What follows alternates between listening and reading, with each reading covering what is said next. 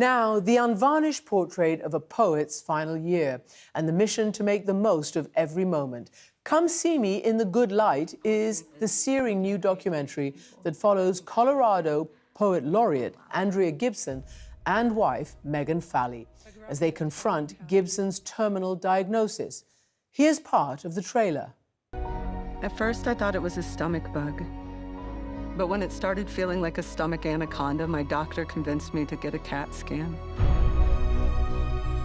This is the beginning of a nightmare, I thought. But stay with me, y'all.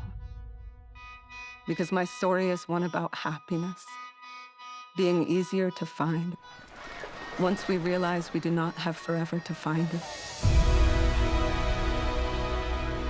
I wrote a new kind of bucket list. To sit with the mourning dove who cries for her lost love. To perform one last show. Why don't we just root for me being alive? And if I'm not, I will not feel bad about not being there. Oh, we're almost there, Ange. We're almost there. You got it. To touch Meg's face. And 100 times again. Emotional indeed, and the film won the Audience Award at the Sundance Film Festival and has been nominated for an Oscar. Megan Fally and one of the film's producers, acclaimed comedian Tig Notaro, joined Hari Srinivasan to discuss how they transformed a story about dying into a meditation on life. Christian, thanks. Megan Fally and Tig Notaro, thank you both for joining us. Tig, let me start with you. You've said this project began with kind of an unconventional pitch. We're talking about poetry, cancer, non-binary. I mean, what made you think that this was really a joyful, even funny story that should be told? Well, Andrea Gibson is, I mean, undeniably an incredible poet with levels of depth.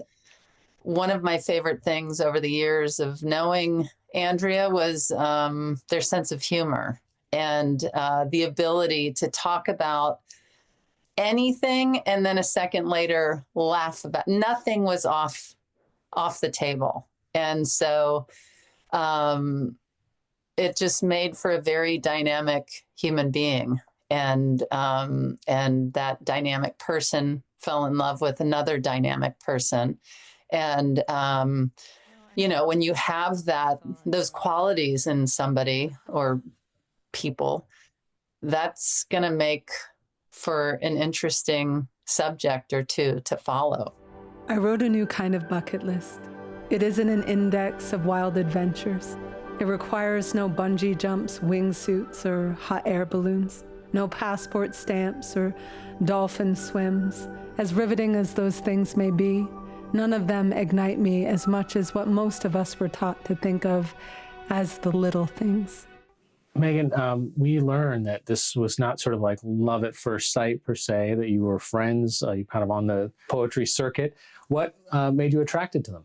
I mean, as Tig was saying, Andrea is definitely an incredibly dynamic person, somebody with incredible depth and wisdom, but also like a huge goofball. Andrea and I fell in love right before their 40th birthday, and we were choreographing dance routines and making up parodies of songs, and it felt like we were constantly two kids putting on a living room show when we were together for an audience of sometimes just ourselves. And I think just the whole like spectrum of humanity fit in one like 5'4" person, and they were incredibly lovable. I think everyone who met Andrea fell a little bit in love with them. Tig, someone even who is unfamiliar with Andrea's poetry gets a sense of what Megan just described, because there's lines in there that's just really dark humor that you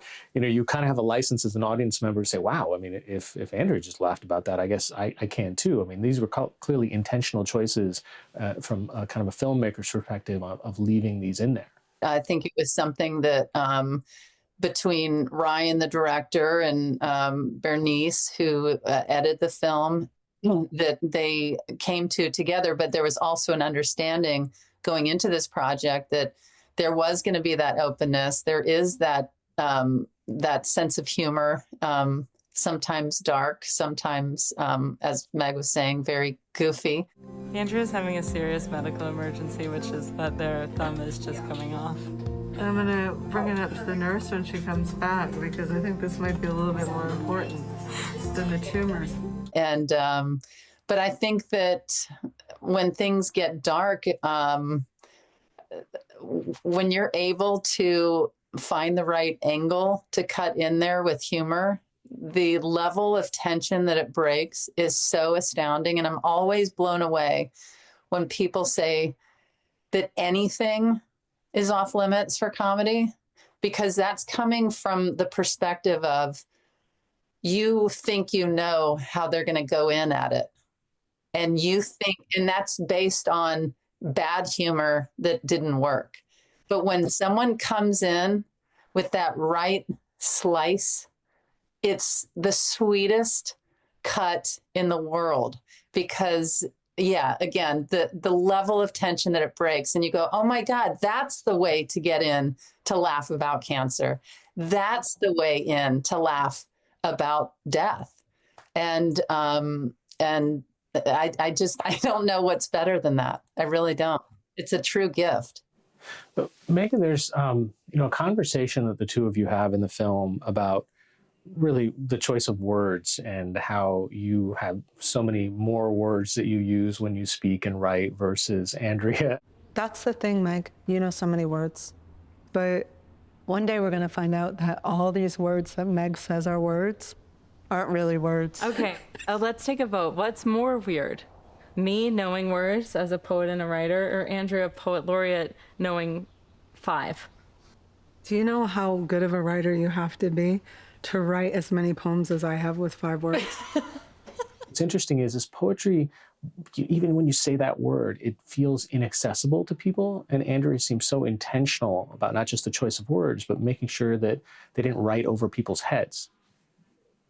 Yeah.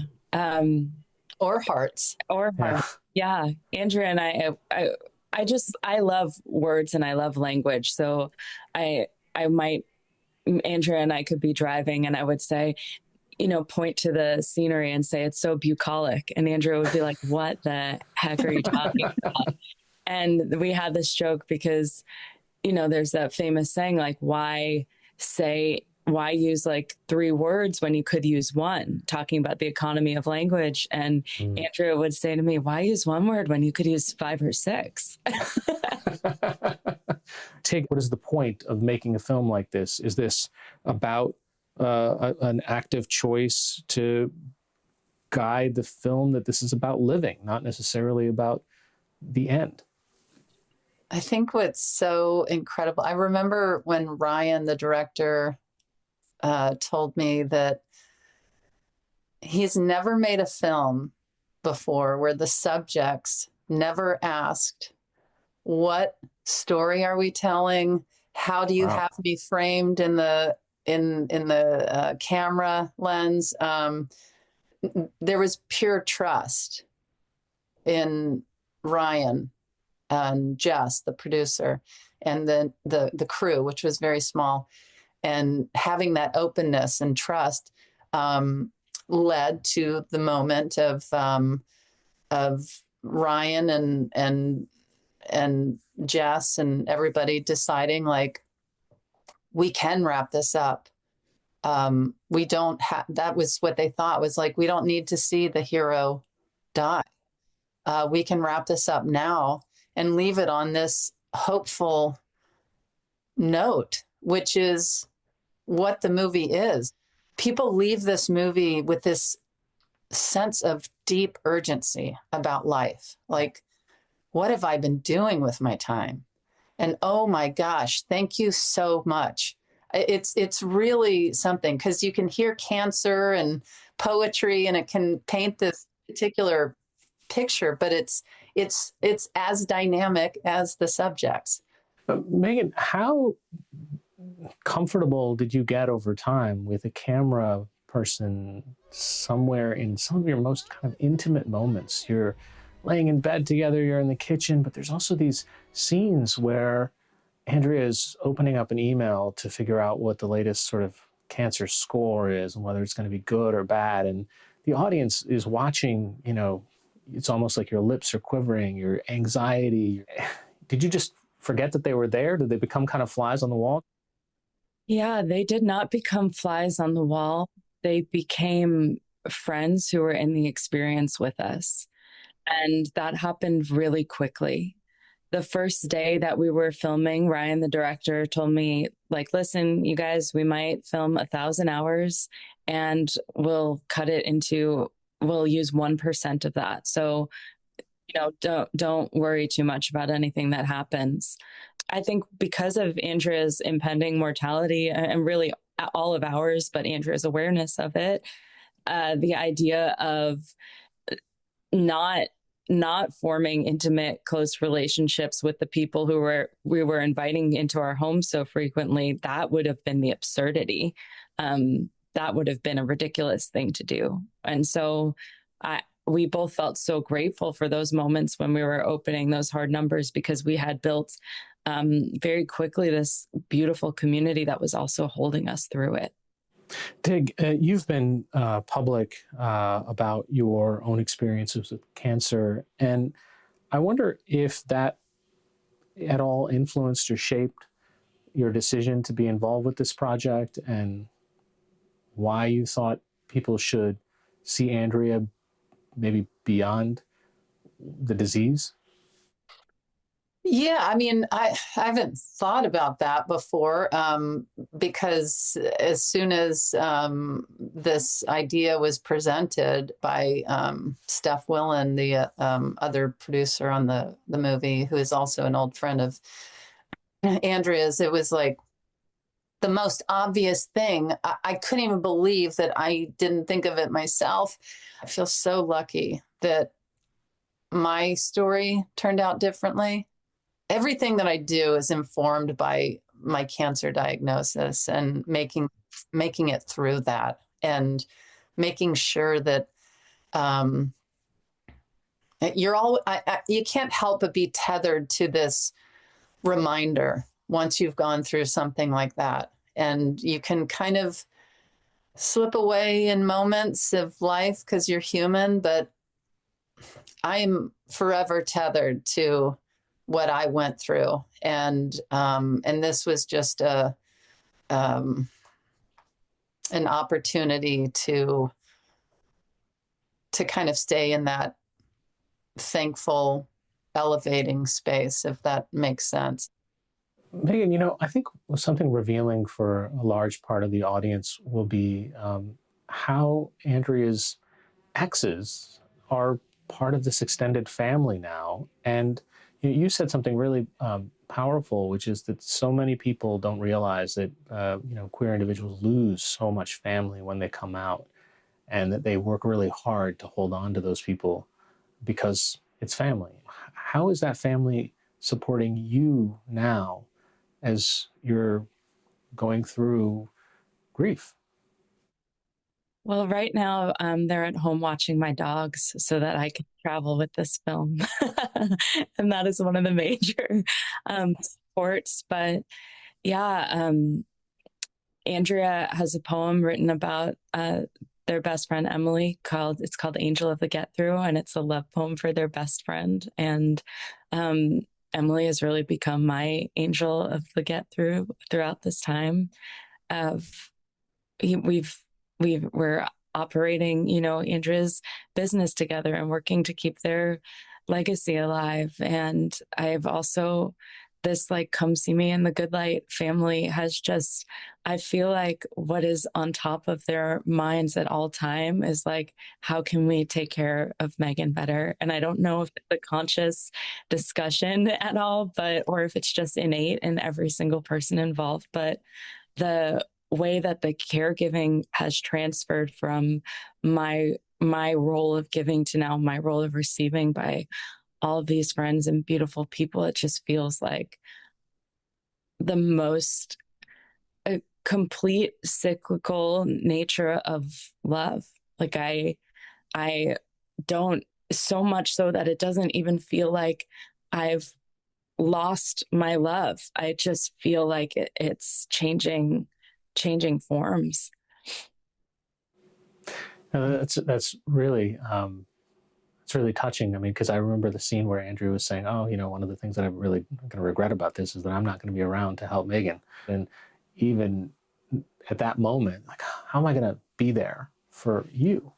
And that there is this community that's helping you now is something that I'm sure Andrea would be incredibly happy about. Tig, I wanted to ask, I mean, what do you hope that people carry forward from this, that are watching this, not knowing Andrea Gibson, not knowing any of the backstory? What do you want for them?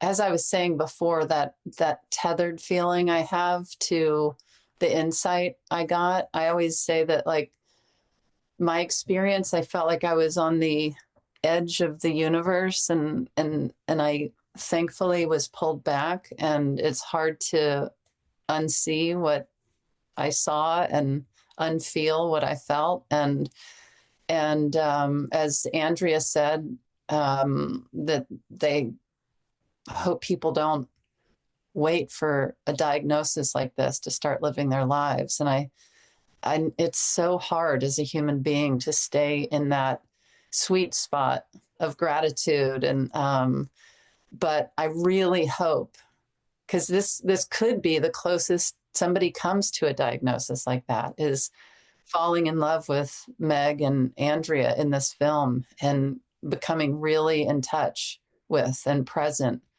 to that feeling of live your life. But that's what I hope, is that, as Andrea said, to not wait for the diagnosis, and let your love for these people be your close call, and that it stays with you. Megan, what did Andrea, I guess, teach you that you hope people understand? I think that the message that was really important to Andrea to relay to others is that we think when certain, what we might categorize as bad things happen to us, that we have to meet them with this, like, prescription of emotion. So whether that's like we have to feel sad when this thing happens, or we have to feel angry or bitter or resentful, or this induces rage and this induces apathy, and Andrea really believed that this film would help not just people with cancer see that they didn't have to meet cancer with resentment or bitterness or anger or grief, or but that anyone going through anything challenging in life could meet that moment with joy, with acceptance, with love, with reverence. And I think that being with Andrea, experiencing that firsthand, I had to become permeable to that mindset, so that I wouldn't hold Andrea back when they were going through what was really the greatest journey of their life. The film is called Come See Me in the Good Light. You can see it now on Apple TV. Tig Notaro, Megan Fowley, thanks so much for your time. Thank you. Thank you.